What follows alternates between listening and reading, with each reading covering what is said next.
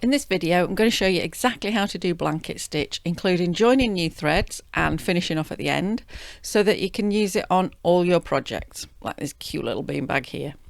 So let's get started. I'm working with two pieces of felt, and you can see I've just pinned them together.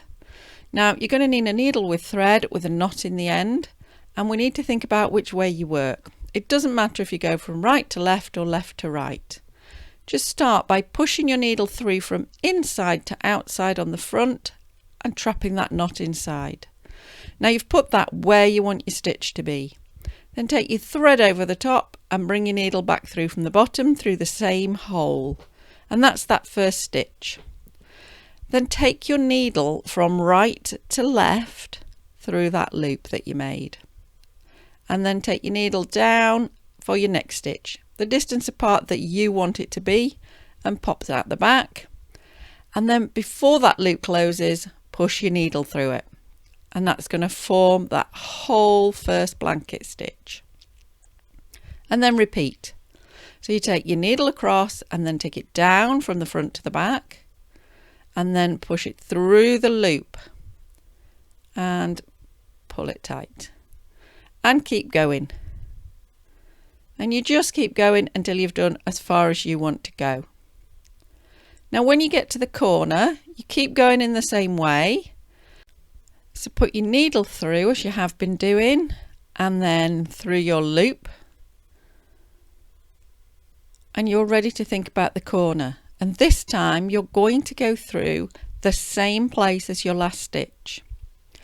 And then as you come out the back, you're going to go through the loop as normal, but you just need to make sure it goes to the corner. Now if it bunches up a little bit like that, just loosen it off and then make sure it's to the corner. And then again, you're going to go through the same hole, through the loop, and you're safely around the corner. And then you can just carry on with your blanket stitch just like you were doing on the other side. Through the fabrics and a loop. So if you're enjoying the video, please give me a thumbs up and subscribe so that more people get to see it. And then let's think about finishing off your thread so that you're ready to start a new one. So if you're going to finish off your thread, just taking those pins out so they're out of my way, instead of taking your needle all the way through both layers like you have been doing, you're going to just go through the front layer. And then you're going to leave a loop as if you were forming the stitch. So you need to make sure it's the right length so that it would look right if I were to put the needle through it. And then making sure you don't pull that thread through, form a little tiny stitch inside and then put the needle through that loop just to form a little knot so none of it pulls through. And then cut your thread off a little way away just so it doesn't pull through. So you'll see that loop is still there when you need it. So then you can go and get your new thread. You'll get a nice long length. I'm just using this short bit that I've got here. And put a knot in the end just like you did when you started your blanket stitch. And then you're going to go through from inside to the outside at the back. So you're finishing off that stitch. And then put your needle through the loop that you left.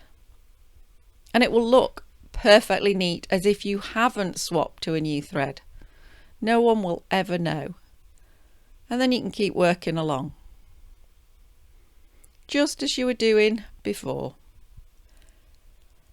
And then when you get to the point where your thread's getting too short or you've finished completely, so we're talking about you've finished all your work and you're wanting to finish off your blanket stitch, you can simply take your needle and put it through that last stitch. So instead of carrying on like that, we're going to go through that last stitch and then needle through that loop.